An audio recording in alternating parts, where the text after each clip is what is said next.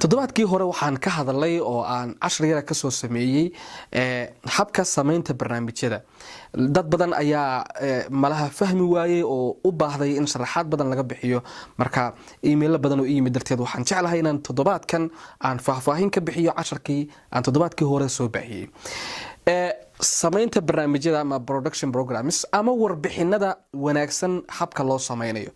intaana gelin sharaxaadan waxaan rabaa inaan ku sheego hadaa tahay wariye ama qof barnaamij sameynaya, barnaamijkaaga inuu qurux badan yahay ama wanaagsan yahay adiga ayaa garanaya.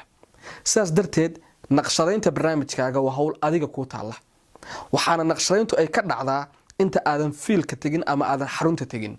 qorsheynta barnaamijku waxay ka dhacdaa stuudiyahaaga ama xafiiskaaga.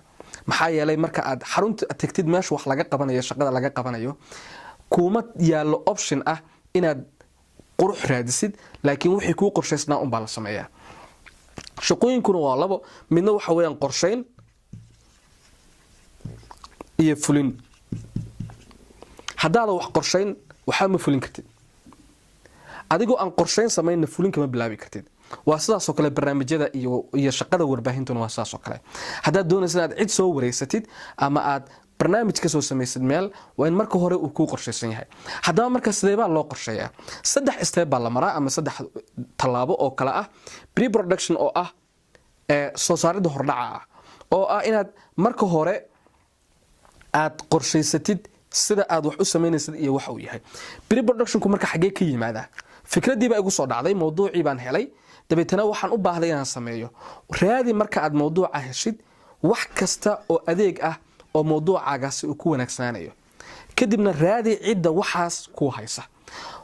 waxay la mid tahay qofka doonaya inuu guri dhiso oo kale, wuxuu raadiyaa guriga noociisu sameeyaa, dabeetana adeega gelayay iyo agabka gelayay. sidaas oo kale gabadha madbaxa gashay ama jikada gashay cuntada kariso oo kale, marka ay go'aansato inay bariis kariso ay adeegeedii ka fikirtaa, laakiin adeega may aado. marka waxa barnaamijka ku qurxinay dhan ka fikir, qoro, meeshii boqo ama cidii aad doonaysan barnaamij ka sameysad la kulan, dabeetana warayso. maxaa yeelay adigu waxaad haysataa fikradii, laakiin qofkani wuxuu hayaa sheekadii. adigu waxaad haysaa fikradii sida wax loo sameyn lahaa, isaguna sheekadii buu hayaa.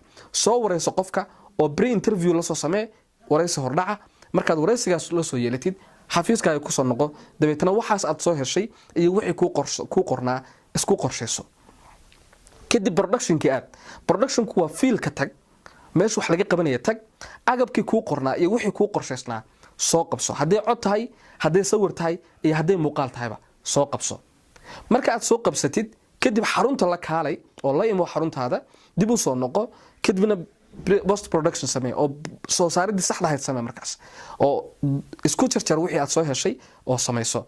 laakiin shaqada ha ka bilaabin xagga dambe oo ah inaad ka bilowdid productionka ha ka bilaabin oo fiilka ha iska tegin intaad kaamirad iyo qalab iyo record iyo wax qaadatid ha iska tegin marka hore. laakiin adigoo wax fahansan tag.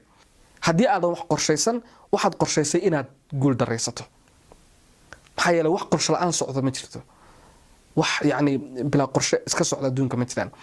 midda kale sababta kale loo diidayna waxa weeyaan, waxaa laga cararayaa in meeshan waxa soo baxaya kaamiradu ay soo duubtay ama codka uu soo duubay studio aad la timid ay qurux badnaan waayaan. maxaa yeelay kama aadan sii fikrin.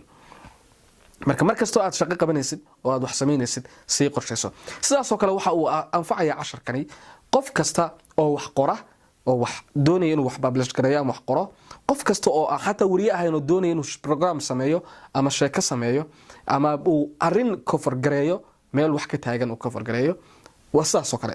dariiqaas baa la maraa. marka hore wixii baa la qorsheystaa, meesha waa la booqdaa, kadib meesha markii la tago ama cidii la kulmo waa la sheekaystaa, kadib waa la soo qortaa. qofkan marka wax ku diyaarsan ayaad markan fulinaysaa. intaasan kusoo gabagabeynaya casharkeena maanta.